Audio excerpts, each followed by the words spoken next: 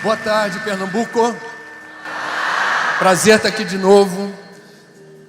Todos os painelistas, palestrantes, oradores que já participaram do Cimesp, todos os que ainda participarão nas edições futuras, certamente terão o Evangelho de Jesus citado de forma direta ou indireta, posto que o Espiritismo se sustenta moralmente, eticamente, nas lições do mestre Galileu. Isso não é propriamente novidade. O que eu estou propondo na largada da nossa conversa e da nossa reflexão aqui é qual foi o pano de fundo, qual foi o cenário utilizado pelo Cristo nos 3 anos de messianato e andanças numa zona árida do mundo com poucas belezas naturais, e que, ao que parece, pelos registros dos evangelistas, ele teve, como bom mestre, como bom professor, o cuidado de escolher a dedo certas locações inspiradoras para ele, para seus discípulos e para aqueles que tiveram o privilégio de estar junto para acompanhar as preleções. As águas de Genezaré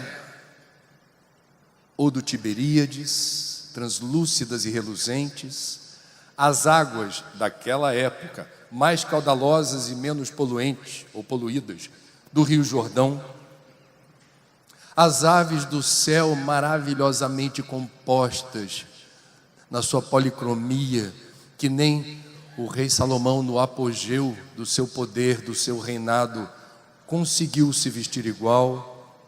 O deserto que Jesus procurou para fazer uma imersão no seu psiquismo angélico. O Monte das Oliveiras, onde se refugiou antes do flagelo e do suplício da crucificação.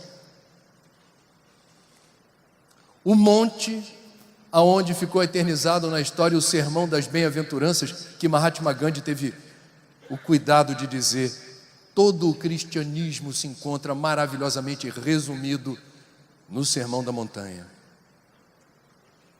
As belezas, poucas, naturais daquela região árida do planeta serviram, portanto, de palco, de pano de fundo, de cenário para as lições que estudamos aqui.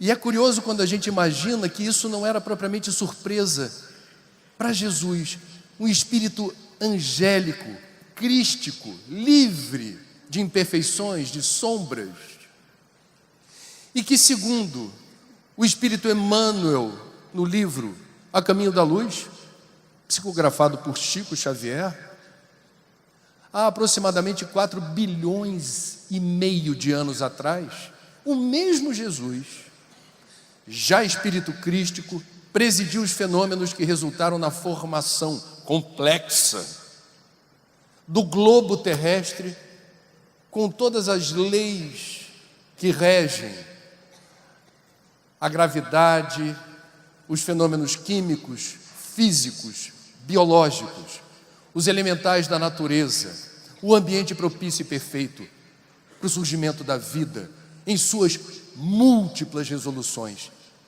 Jesus não é apenas o governador da terra, como a gente costuma dizer.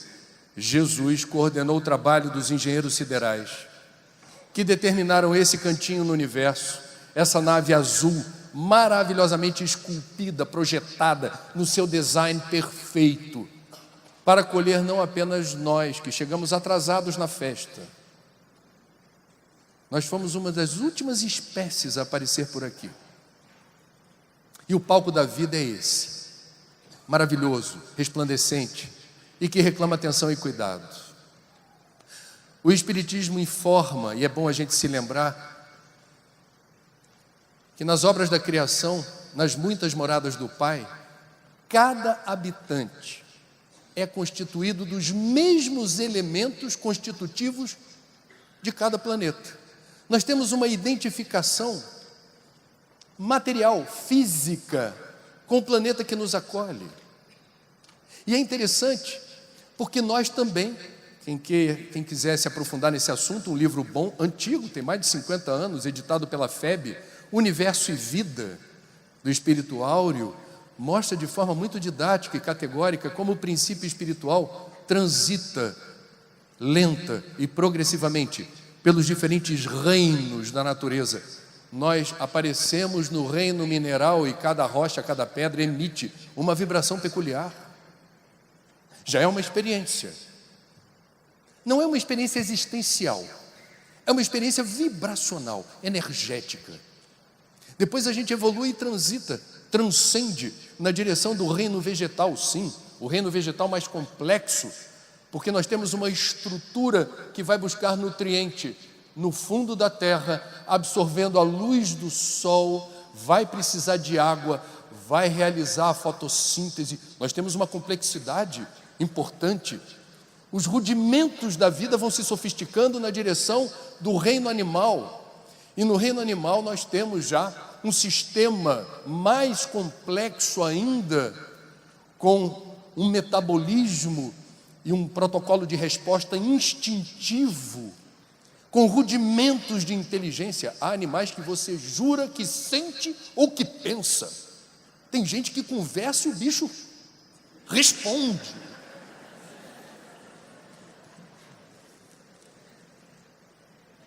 E chegamos no reino nominal, dotados de razão, de livre-arbítrio, noção de Deus, e todos esses estágios se resolvem com, eu diria, revestimentos físicos, materiais, do planeta que nos acolhe.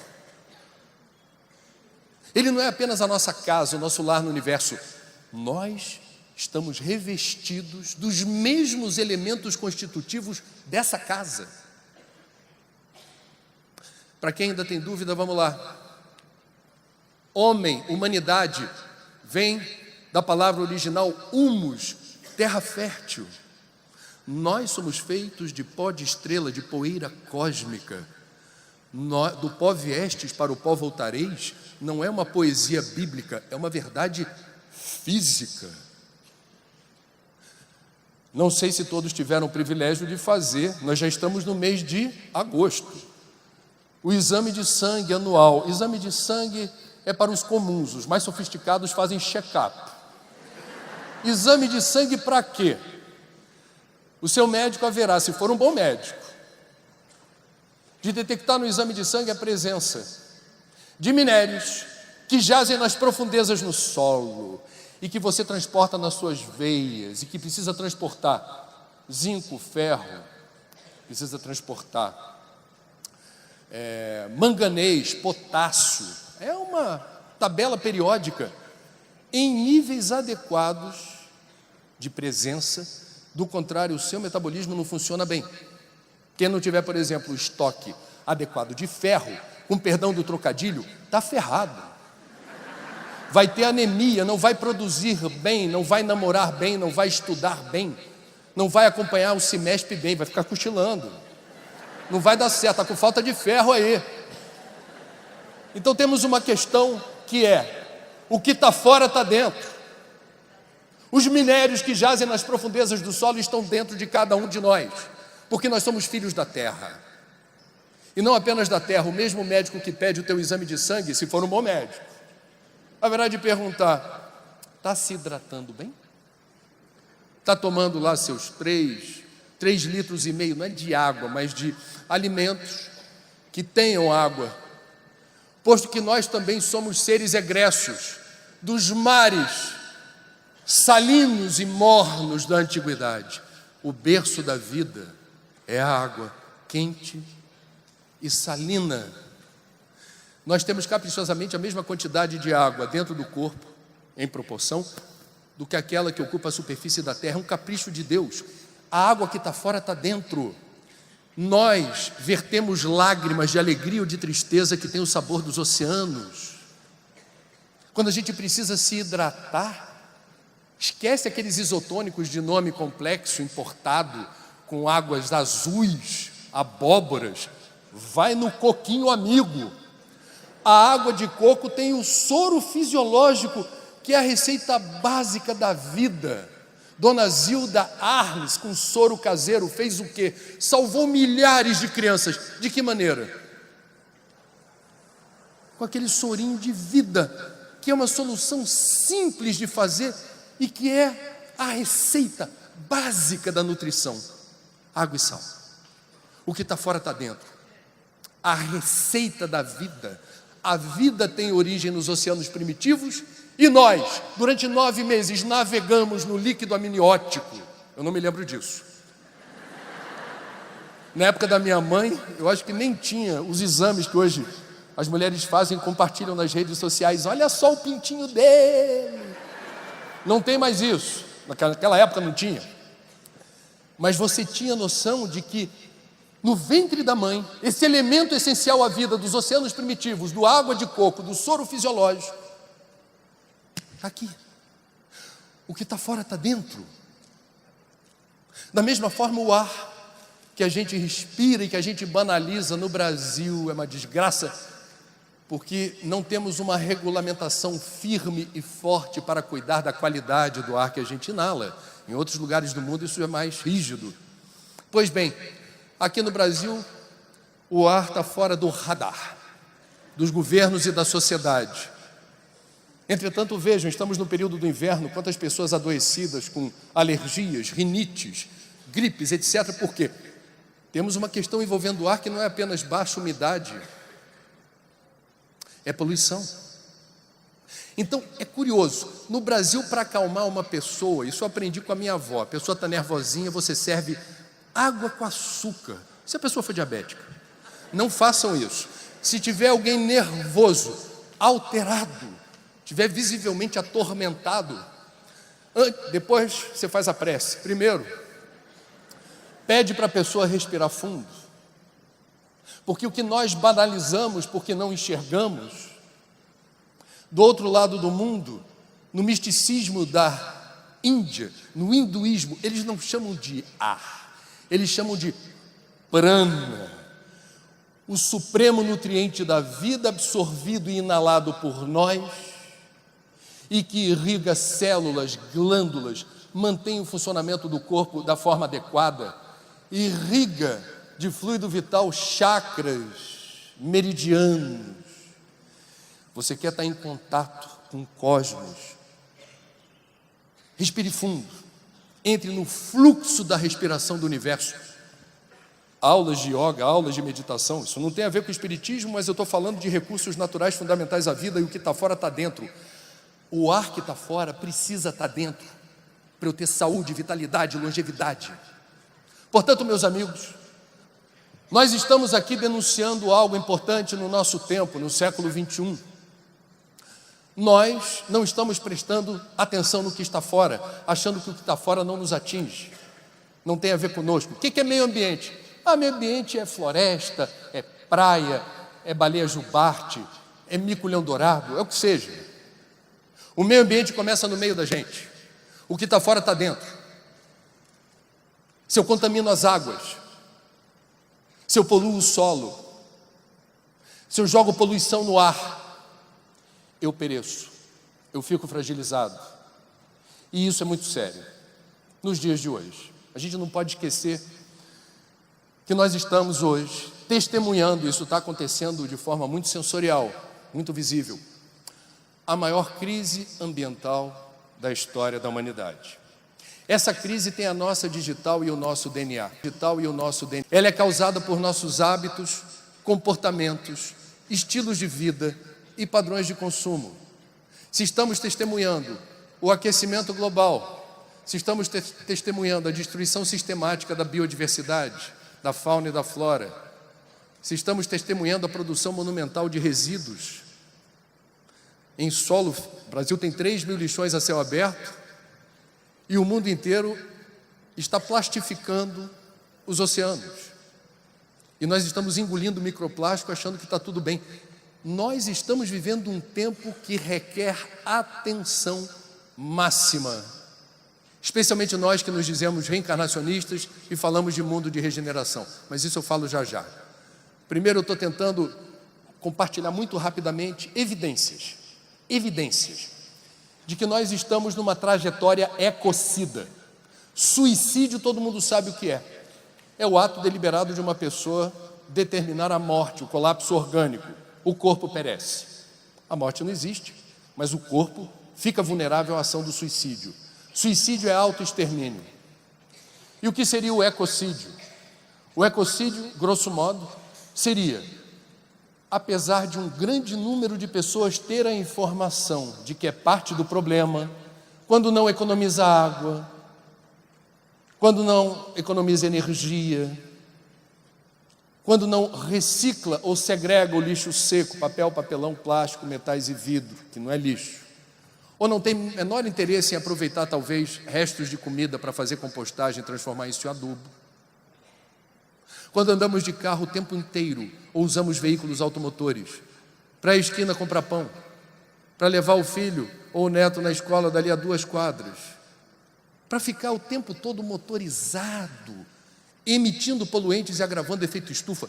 Quando temos a informação de que somos parte do problema, mas negligenciamos ser parte da solução, aceleramos a entropia dos ecossistemas, que podem entrar em colapso. E somos os agentes da destruição da casa planetária. Em resumo, isso é o ecocídio. Muito bem, André, por que você está falando isso no Cimesp? Grosso modo, eu estou tentando aqui lembrar o seguinte: vivemos um cenário de escassez crescente de recursos naturais não renováveis. Água, solo fértil, ar puro. E isso pode precipitar cenários hostis, aquilo que é muito caro ao cristianismo. O Evangelho é um tratado de paz. A gente lembra muito do Evangelho como um tratado de saúde, está correto, um tratado de amor, está correto. Mas o princípio básico do Evangelho de Jesus é a promoção da paz, a instituição da cultura de paz. Somos irmãos em humanidade. Sim, somos diferentes uns dos outros, mas isso não faz de nós inimigos, adversários, oponentes. Por incrível que pareça, nos dias de hoje dizer isso é algo complicado. Pensar diferente, ter outra opinião, é algo complicado, mas vida que segue. Não somos adversários, somos a comunidade dos diferentes. E isso, como disse, não é propriamente ruim. A humanidade cresce na diversidade. Como é legal ter várias religiões, várias etnias, várias pessoas diferentes, pensando, sentindo coisas distintas. Isso empresta riqueza a esse mosaico.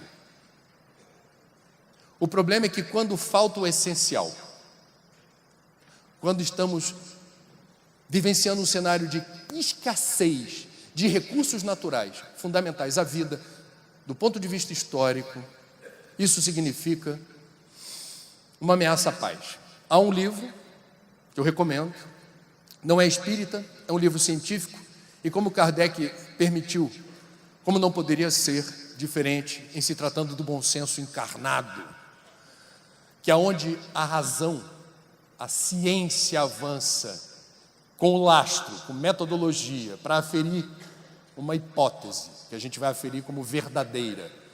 O Espiritismo acompanha, recomendo um livro chamado Colapso, como as sociedades escolhem o sucesso ou o fracasso, de um autor americano que é geógrafo chamado Jared Diamond. Ele ganhou o prêmio Pulitzer de literatura nos Estados Unidos, o mais importante prêmio de literatura daquele país, resumindo no livro as descobertas da moderna arqueologia.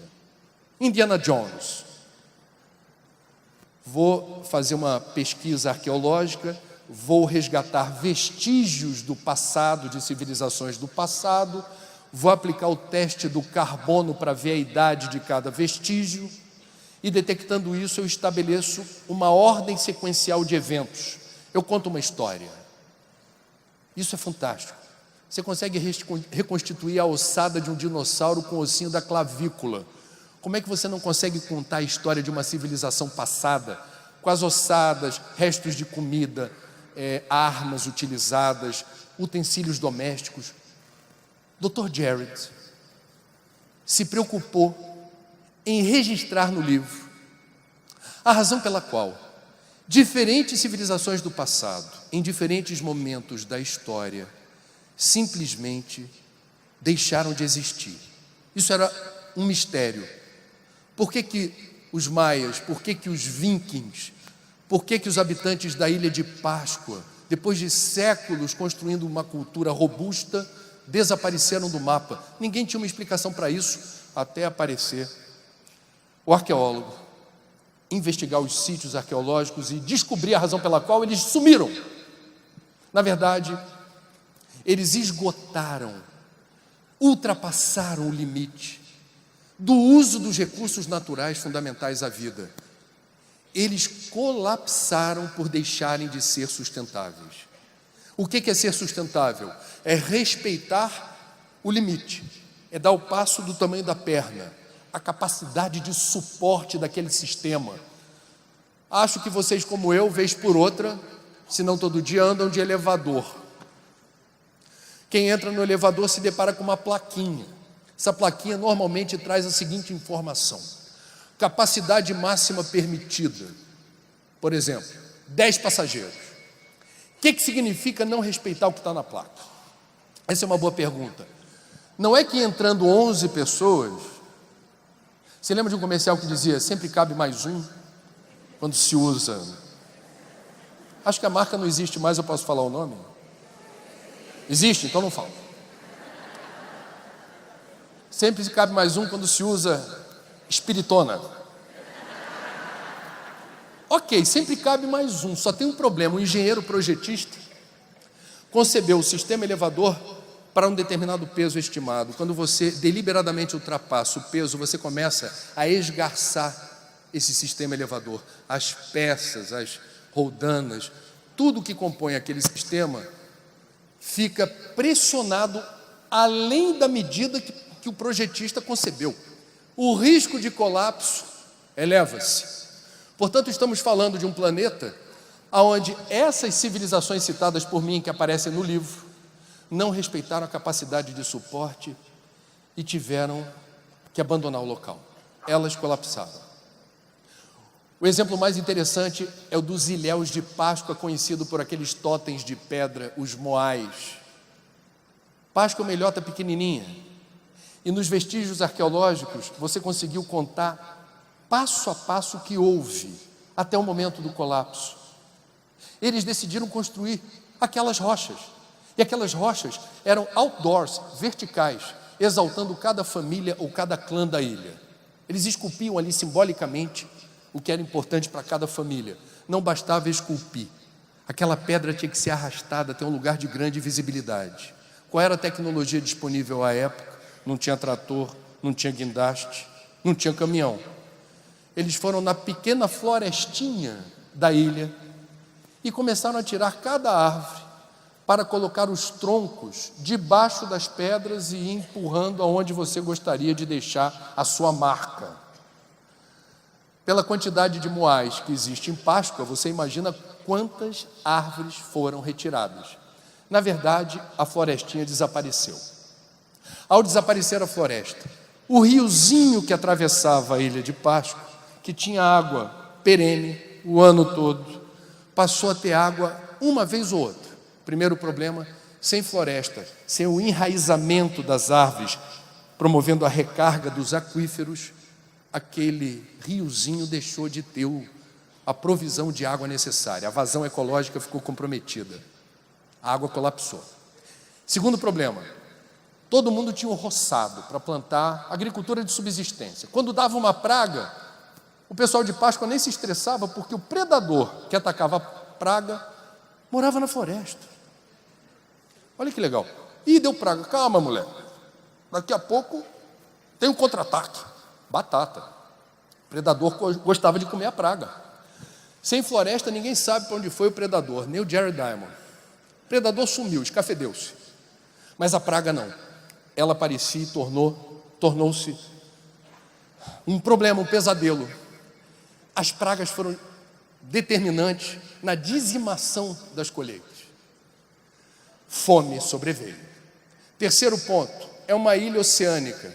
A fonte de comida, proteína animal, era peixe. Como é que você vai buscar o peixe? Embarcações. De quê? Madeira. Não tem madeira. Acabou a madeira. Então, para fazer conserto de embarcações avariadas ou construir novos barcos, não era possível pescar na quantidade que a ilha demandava. Déficit de água déficit de lavoura, de colheita, déficit de proteína animal. Resultado, aí tem um ditado que é do Nordeste, eu sou filho de paraibano, que diz o seguinte, isso não aparece no livro não, mas eu lendo me lembrei do ditado: farinha pouca, meu pirão primeiro. Não é de Pernambuco o ditado, com certeza, mas é um ditado que veio dessa parte do Brasil, que a farinha é popular por aqui. Então vamos lá, problema. Diante da escassez do que os ilhéus de Páscoa consideravam essencial, o que vocês acham que aconteceu? Disputa, tensão na procura pelo pouco que havia de água ou de comida. Houve disputas fratricidas, violência justificada por eles para ter suprimento, quilocaloria, para botar no prato. Resgataram uma tradição de muito abandonada do canibalismo, o terror. Numa palavra, colapso. Mais recentemente, isso não aparece no livro, mas vocês vão se lembrar, nós tivemos um furacão nível 5 nos Estados Unidos, com o nome de mulher, chamado Katrina. O Katrina fez enormes estragos na região mais pobre dos Estados Unidos, ali no delta do Mississippi, na terra do blues. E esse furacão foi mais assustador do que os outros, porque já é um fenômeno resultante do aquecimento global, eventos extremos, furacões mais devastadores. Isso foi agora 2004. Brasileiro ia adorar furacão, ou temporada ciclônica, como eles chamam, porque sempre que os satélites nos Estados Unidos detectam a chegada de furacão, é feriado. Então eles fecham os parques da Disney, fecham Cabo Canaveral, fecha tudo. E dizem para as pessoas, quem puder viaja, vai para longe desse perímetro, que o furacão virá por aqui. Quem não puder, procura um abrigo público. O abrigo mais importante, o maior de todos, em Nova Orleans, chama-se Superdome. Para lá foram 60 mil pessoas se refugiar da passagem do Katrina. Lá chegaram como eu e vocês no Cimesp. Chegamos sempre com o nosso verniz civilizatório, os bons modos que aprendemos em casa. Olá, boa tarde, tudo bem? Posso sentar aqui na sua frente? Eu sou grandão, atrapalho sua visão? Quer que eu traga água? Está com sede? Chegaram com seus colchonetes. Olha, eu ronco, vou chegar para cá para a senhora dormir bem. Quer que eu vá lá? Não. Passaram-se 3 dias.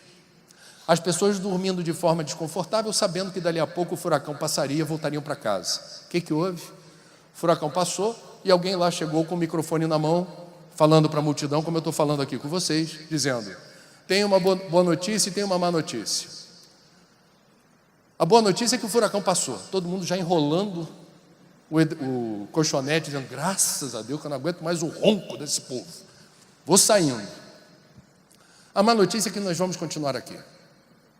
O furacão destruiu os diques de contenção das águas fétidas, sujas, do rio Mississippi, e o rio Mississippi inundou Nova Orleans. Permaneceremos aqui por tempo indeterminado. Muito obrigado, até o próximo comunicado. E as pessoas...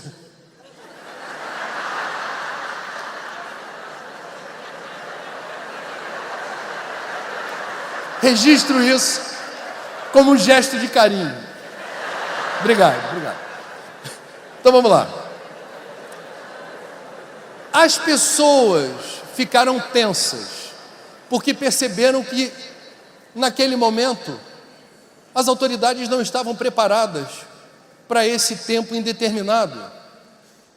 E surgiu, eu não sei como é que se chama por aqui em Pernambuco, no Rio de Janeiro, é rádio corredor, tem rádio peão. Rádio peão.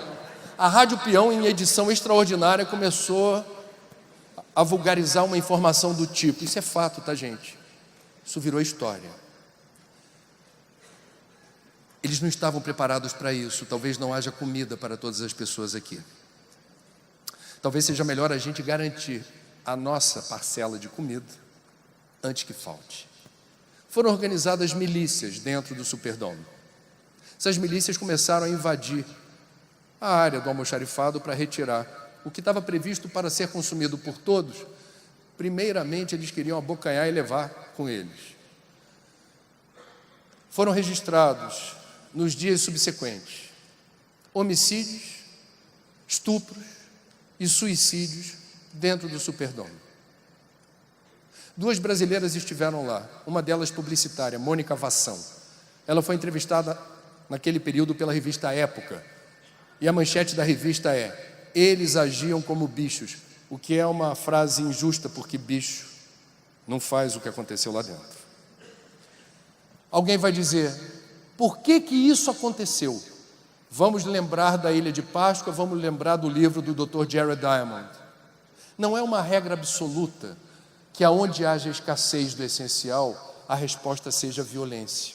Tem várias exceções, várias, mas é um comportamento previsível e recorrente. Estamos experimentando uma crise ambiental sem precedentes na história da humanidade, e a destruição do meio ambiente determina cenários de escassez também de alimentos, de ar respirável, de água para todos, na proporção devida. Estou aqui afirmando que a sustentabilidade deveria ser um tema caro a todas as religiões, sem exceção. O cuidado com o meio ambiente deveria ser um tema caro a todas as tradições espiritualistas ou filosofias espiritualistas. Porque religião, por princípio, significa a prática do amor e a capacidade que eu tenho de me ligar a Deus. Eu me tornar uma pessoa melhor. Eu proteger a vida. Jesus chegou a usar a expressão vida em abundância, que a gente poderia se apropriar dessa expressão agora e dizer: todas as religiões, por uma questão de coerência, deveriam colocar no checklist o que a minha tradição deve fazer no século 21. Eu não tenho nenhuma dúvida em afirmar que, além da reforma íntima, além de me tornar uma pessoa mais preocupada com o exercício das virtudes, mapeando as minhas muitas imperfeições, me tornar alguém mais disponível para a caridade, para o amor ao próximo, o amor renúncio, o amor sacrifício, o amor doação, não descuidemos da casa planetária. É a única que temos, não tem plano B, não tem outra, é aqui, onde nós já reencarnamos tantas vezes, e temos claramente como demanda, eu vou chamar de missão, que é uma palavra que espírita gosta mais. Uma das nossas muitas missões é saber cuidar do que temos para não faltar. Fato. Ah, André, mas temos...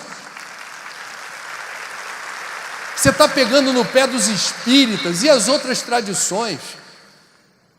Candomblecistas e umbandistas seguem tradições que não existem sem natureza.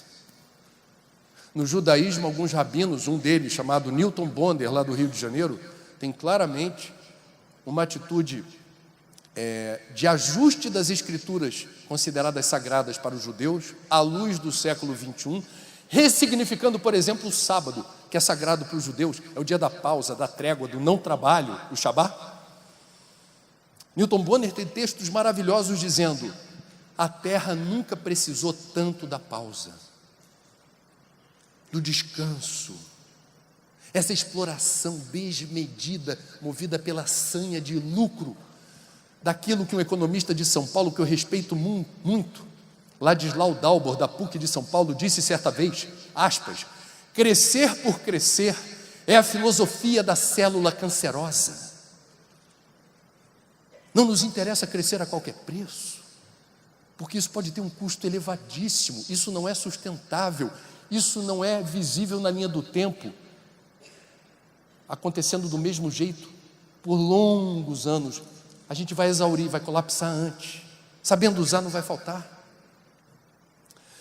Vamos pegar o exemplo mais contundente de ajuste das escrituras na direção de uma nova ética religiosa e filosófica. O primeiro Papa Francisco da história.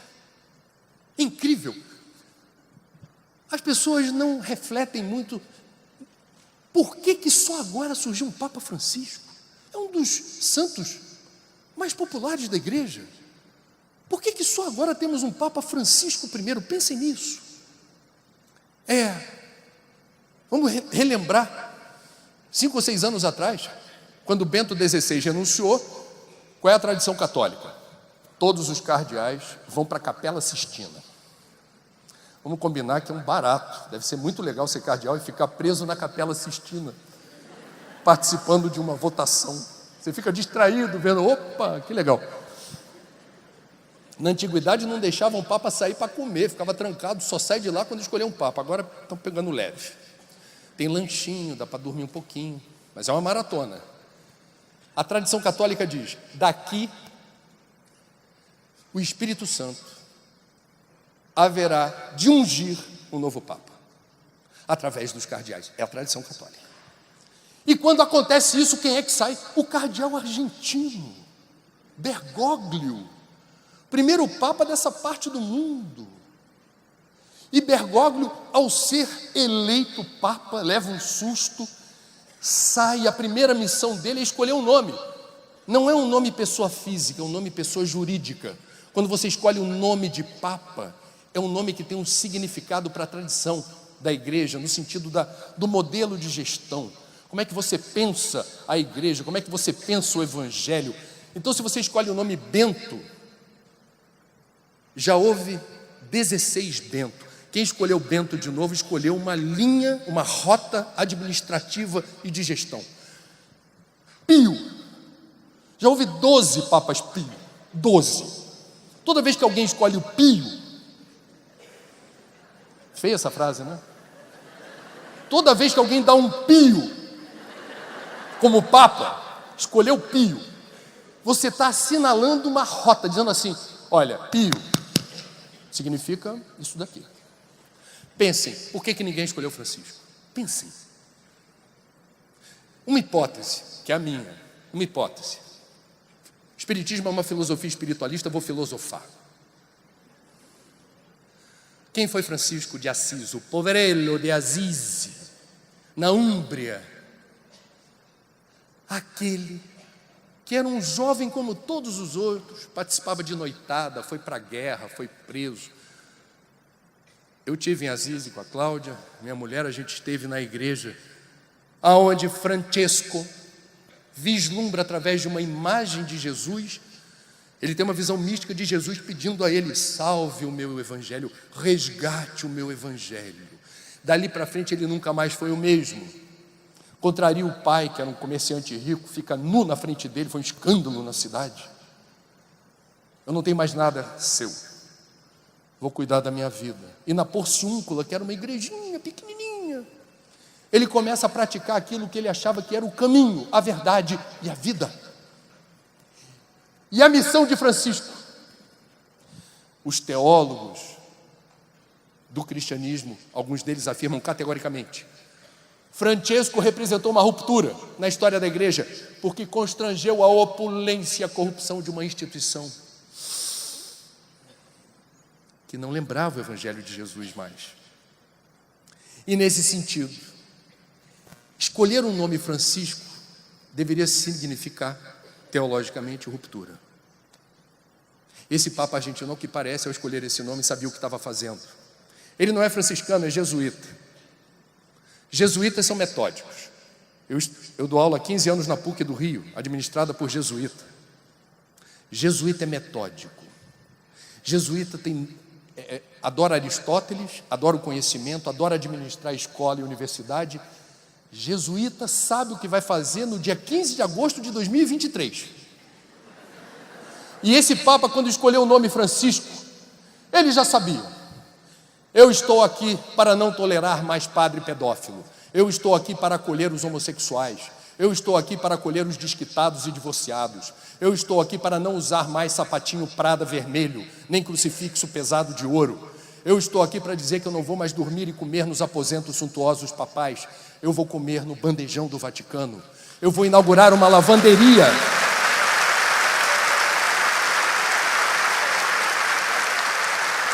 Eu vou inaugurar uma lavanderia no Vaticano para que não é morador de rua, porque ninguém mora em rua, só é a população em situação de risco social, desalojada, homeless, sem casa. É melhor chamar sem casa do que morador de rua. O Papa não podia construir casa para todo mundo, falou, vem aqui, use roupas, as suas roupas, limpas, de forma digna, para você ter autoestima. Use uma roupa asseada. Vamos sanear o Banco do Vaticano.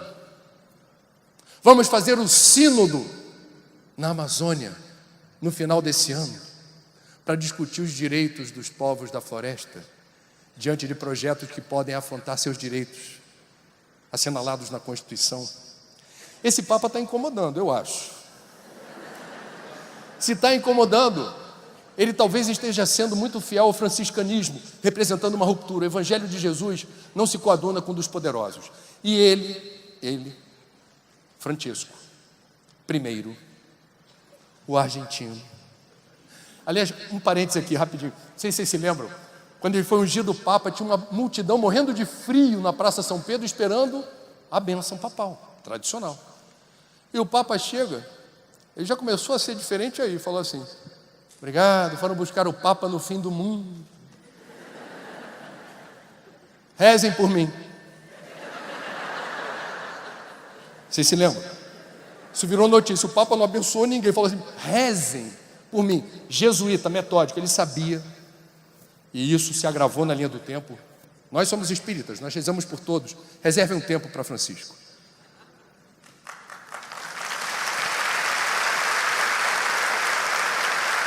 Esse Papa foi responsável pela primeira encíclica da história da Igreja sobre meio ambiente.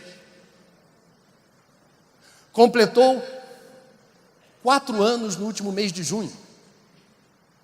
Chama-se Laudato Si, do italiano louvado seja, extraído do Cântico das Criaturas de Francisco, porque Francisco, quando virou alguém que escolheu seguir o chamamento de Jesus, entre outras coisas curiosas como voto de pobreza, voto de castidade, conversava com borboleta, com passarinho, com lobo, conversava.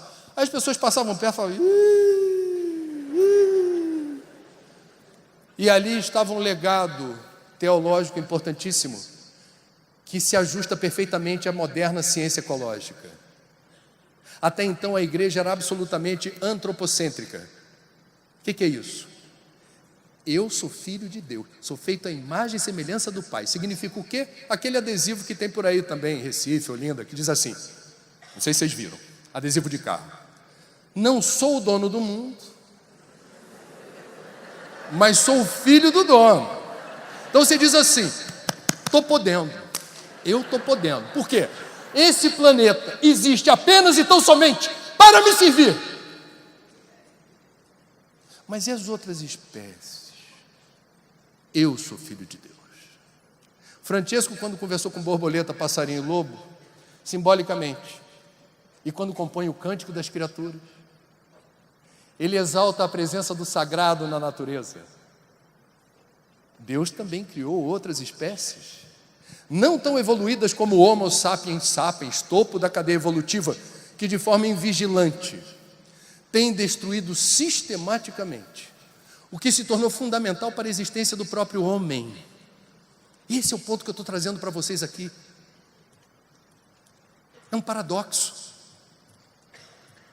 O que a ciência ecológica traz e que Francisco, o Papa, Francisco I, na encíclica Laudato Si, resume.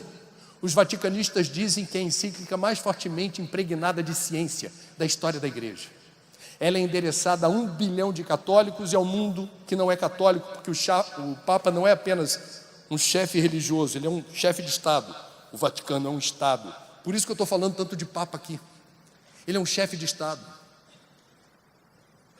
E ele usou o poder e o prestígio dele para elevar a sensibilidade das pessoas para essa crise ambiental sem precedentes na história da humanidade. E ele resume a encíclica, eu vou fazer um spoiler aqui da encíclica. Ela está acessível em português na internet, é fininha. Ele resume nos seguintes termos o recado, dizendo: o atual modelo de desenvolvimento não nos convém, porque a um só tempo ele não tem compromisso com o fim da pobreza, da miséria ou a resolução da exclusão social, não tem compromisso com isso. ao mesmo tempo em que depreda, destrói e devasta a natureza, os recursos naturais fundamentais à vida. Esse modelo não nos interessa. Ruptura! Ruptura!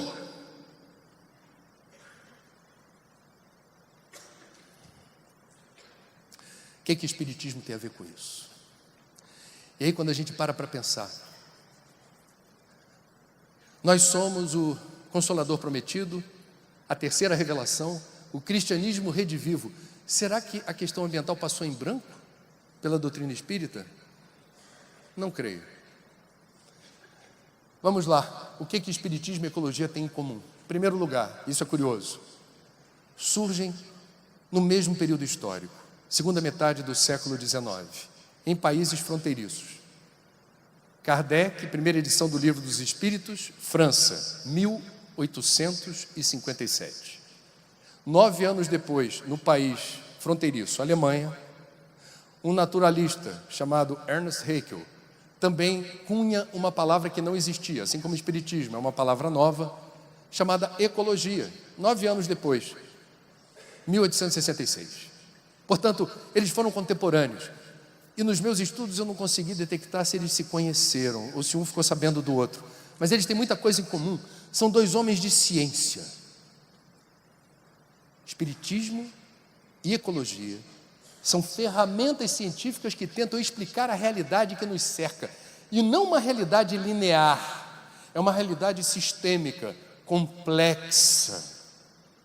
Não é fácil, não é para amadores. Por isso que Kardec falou, espírita tem que estudar. Não é simples compreender as leis que regem a vida e o universo.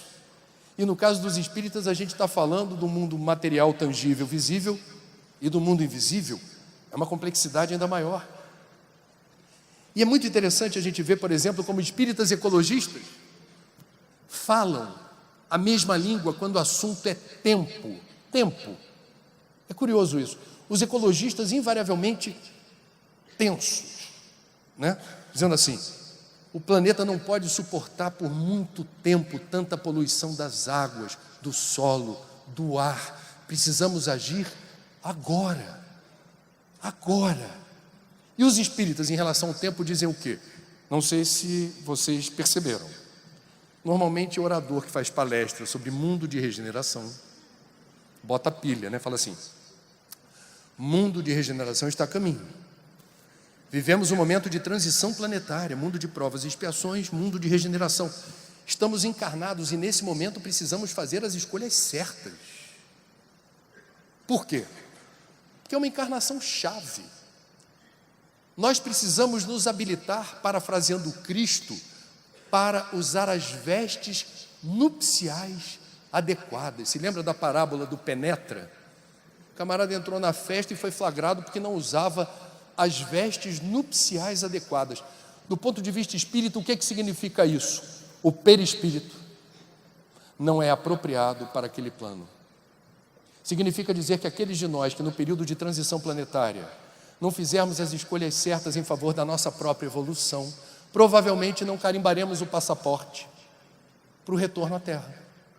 E creiam, retornar à Terra no mundo de regeneração é um upgrade. Que tem gente que desencarna e fala assim, bom, chegou minha vez de ir para as Pleiades. E o guia espiritual fala, filho, reza para voltar. Tua situação não é lá muito boa. Vocês percebem a questão do timing? Ah, mas eu sou reencarnacionista. Sou imortal. Eu tenho a eternidade pela frente. Tem, mas talvez não no melhor lugar. Na próxima jornada carnal. Então, faça por merecer as escolhas na direção da sua evolução para cacifar a sua veste nupcial.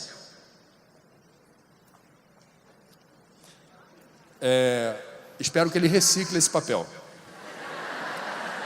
Então, ficou claro aqui o timing. O espírita sabe que terá inúmeras existências, mas a gente não deveria malbaratar o tempo e a energia com os mil nadas. A gente deveria ser mais efetivo, mais disciplinado na direção daquilo que justifica a nossa encarnação, que é a evolução. Um outro tema importante. Espíritas ecologistas falam de lixo, não sei se vocês perceberam. O ecologista fala de resíduos, rejeitos, lixo hospitalar, rejeito nuclear, precisa reciclar, precisa fazer compostagem. Não é isso? O ecologista. E os espíritas? Pescou não? Quando é que a gente fala de lixo ou de resíduo? Quando a gente lembra que o pensamento e o sentimento não são abstrações. Quando você pensa ou sente, você produz vibração, formas, pensamento ou miasmas. Pode ser um problema. Pensamento invigilante satura a psicosfera daquilo que pode atrapalhar a sua jornada. O tempo inteiro. Todo pensamento invigilante de baixo teor vibratório é que nem a alegoria do história em quadrinho, o balãozinho que você está plasmando à sua volta aquilo que pode determinar. Se forem pensamentos de baixo teor vibratório, ok? Podem determinar prostração, tristeza, inapetência, insônia, estado depressivo, eventualmente depressão, eventualmente ideação suicida. Eu estou falando de uma psicosfera que não lhe favorece. Ah, a culpa é de quem? De obsessor? Vocês já repararam que nós temos essa tendência? Nossos irmãos de outras denominações cristãs chamam de isso é culpa do diabo. A gente bota a culpa no obsessor. Espera aí, quem é que está produzindo isso que fica poluindo a sua psicosfera? Nesse sentido, o culto do evangelho no lar é uma medida profilática de limpeza e remoção de formas, pensamento e miasmas que por invigilância ou você trouxe do trabalho ou trouxe da rua e te acompanham. Isso é ecologia. E essa é uma questão ambiental. No futuro, quem ensinar meio ambiente nas escolas ou nas universidades vai ter que falar de psicosfera, vai ter que falar do plano astral, vai ter que falar das interações com o lado de lá, que a espiritualidade nem gosta dessa expressão lado de lá, eles estão around, eles estão por perto, estão compartilhando. Muito bem, uma outra questão importante, consumo. Espíritas e ecologistas têm um discurso pronto contra o consumo exacerbado, o hiperconsumo, o consumismo. O que dizem os ecologistas? Cuidado, porque tudo que você compra, calça jeans, tênis, smartphone, sapato, carro, o que você quiser, me sopraram aqui sapato, deve ter um motivo. Vamos lá.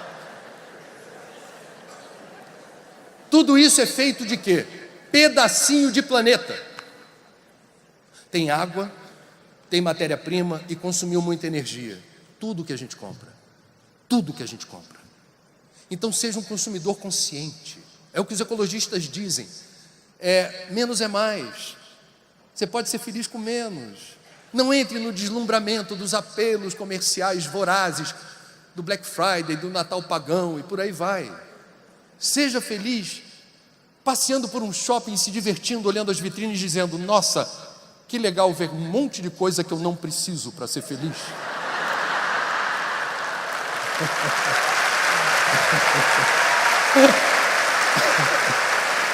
Vamos lá.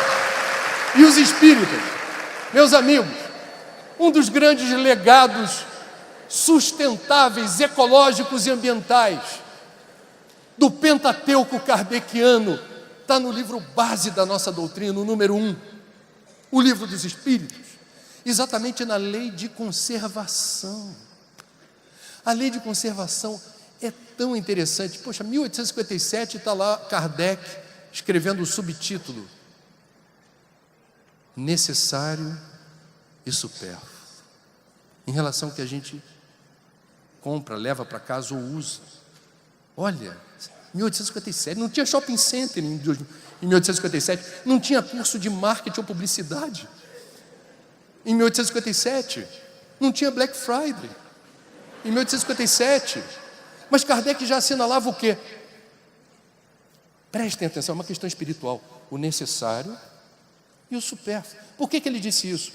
Vai no Evangelho depois, vê como Santo Agostinho categorizou as diferentes moradas do Pai. O que é mundo primitivo, o que é mundo de provas e expiações, mundo de regeneração, mundo feliz ou perfeito, e por aí foi. Característica predominante de um mundo onde a gente não está mais, graças a Deus. Qual é a característica predominante do mundo primitivo? Releiam. Apego à matéria. Na transição para o mundo de regeneração, tem graça você ficar tenso na véspera do Black Friday? Tem graça isso? Tem graça espírita se endividar para ter um Natal pagão, levando presente caro, acreditando na publicidade que quando você não dá um presentão, você não está expressando o verdadeiro amor e afeto? São armadilhas. Quem vos fala é jornalista, quem paga o meu salário é publicidade. Eu falo sobre o problema do consumismo há 20 anos, nunca fui demitido, até agora. Porque o que eu venho falando tem fundamento científico. É perfeitamente possível ser feliz com menos. E veja, o comércio não vai quebrar porque com menos significa, se eu falo sério sobre inclusão social, dia chegará que não havendo pobreza ou miséria, os excluídos vão poder comprar. Então dá para equilibrar o jogo sem ostentação, sem abundância, sem closet abarrotado. Bom, pergunta 705 do Livro dos Espíritos para nos inspirar. Século XIX é incrível. Kardec indaga a espiritualidade maior. Por que a terra nem sempre ao homem oferece o necessário? É uma pergunta curiosa. Por que a terra nem sempre ao homem oferece o necessário? E a espiritualidade dá uma resposta linda, extensa, cujo resumo eu compartilho com vocês. A terra ofereceria ao homem sempre o necessário, se com o necessário soubesse o homem contentar-se. Nós estamos aqui para aprender a ser felizes com menos. Menos é mais. Meus irmãos, por último, mas não menos importante, reparem, eu venho dizendo isso há muito tempo, é um apelo carinhoso aos meus confrades espíritas. Nós não acreditamos no acaso. Quis o destino que a maior nação espírita do planeta esteja reunida no único país do mundo com o nome de árvore. No país do mundo que tem a maior quantidade de água doce superficial de rio ou subterrânea dos aquíferos Guarani ou amazônico. Não há outro país do mundo com tantas espécies vegetais e animais catalogadas pela ciência. Eu já conversei com vários pesquisadores de ponta que publicam em revistas especializadas. Eles dizem, não existe outro lugar no planeta com tanta vida em abundância. E algumas espécies só ocorrem nos seus respectivos biomas. Tem uma determinada espécie que só ocorre na Amazônia, outra na Caatinga, outra no Cerrado, no Pantanal, na Mata Atlântica, no Pampa Gaúcho. É uma riqueza, é uma farmácia a céu aberto que a gente desperdiça, depreda e destrói, sem conhecer antes. Na área da farmacologia, é fantástico o potencial que o Brasil tem. Se você quiser entender qual é o princípio ativo da aspirina, que é de uma empresa alemã, vai na bula. O que determina o efeito vasodilatador da aspirina? É o salgueiro branco, uma árvore. Boa parte dos remédios, dos xaropes, das pomadas, tem origem no reino vegetal ou animal. Peçonha de cobra, veneno de sapo, casca de árvore, folha. A gente destrói antes de conhecer. Nenhum outro país do mundo tem tanta terra fértil pronta para plantar sem precisar destruir uma nova árvore, sequer. Nós, espíritas, reencarnamos no Brasil. Precisamos colocar na nossa lista de demandas ou missões. Eu devo fazer algo para, na hora de deixar o meu legado, quando for a hora de lagarta virar borboleta, ou mariposa, ou outra coisa. Sei lá, vamos ver. Que a lagarta vai virar alguma coisa, não tenho dúvida. Quando você já não estiver por aqui, qual será o teu legado? Eu brinco com os espíritas dizendo assim, vocês conhecem a lei do inquilinato espiritual? Porque a lei do inquilinato como é que é? Você não é dono do imóvel, mas você tem que assinar um contrato na hora de ocupá-lo. Ele tem tempo de duração. E o dono se preocupa, fotografa o imóvel inteiro dizendo, assina aí. Está tudo registrado em que termos eu estou deixando você morar no meu imóvel. Na hora de devolver, o puxador do armário tem que ser igualzinho. A persiana tem que puxar e funcionar igualzinho. É ou não é? Você faz uma CPI no apartamento dizendo assim, pode sair. Quem mora de aluguel sabe, na hora de devolver o imóvel tem que devolver nos termos em que ele lhe foi confiado, porque ele não te pertence. Nada nesse mundo nos pertence. Nem a sua poupança, o teu CDB, o teu seguro previdenciário, nem o teu imóvel, nem o teu carro, nem os teus utensílios domésticos, seu smartphone, tua roupa, nem o teu corpo. Tudo isso fica. O que você leva para o lado de lá? Aquilo que você detém de conhecimento, sabedoria e sentimento. É isso que cabe na bagagem. O resto fica. O que é a lei do inclinato espiritual? Nós temos a nossa casa planetária aqui. Ela não é nossa.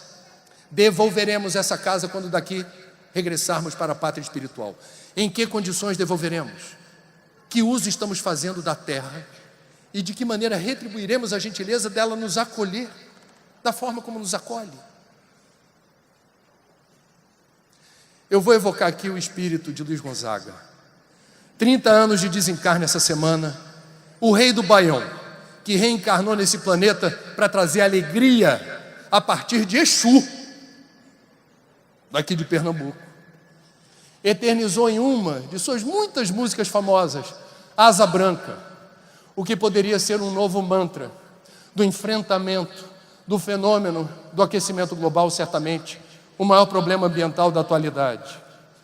Ano passado, por coincidência, eu encerrei a minha participação no CIMESP falando de prevenção do suicídio, pedindo ajuda para vocês cantarem comigo uma música do Gonzaguinha, que falava sobre viver e não ter a vergonha de ser feliz.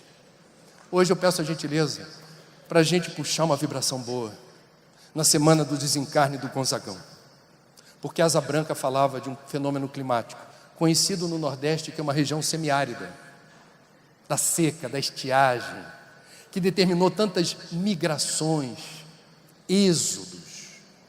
Nós temos hoje um fenômeno pior com o aquecimento global. O que é semiárido, segundo os cientistas, está prestes a se tornar árido, um deserto. Então façamos aqui a nossa reverência ao rei do Baião, cantando com ele para pedir inspiração para o enfrentamento de um problema que nós estamos ajudando a causar. Gonzaga, que é esse fenômeno que agrava o que já ficou impresso na tua retina e te inspirou para a música Asa Branca.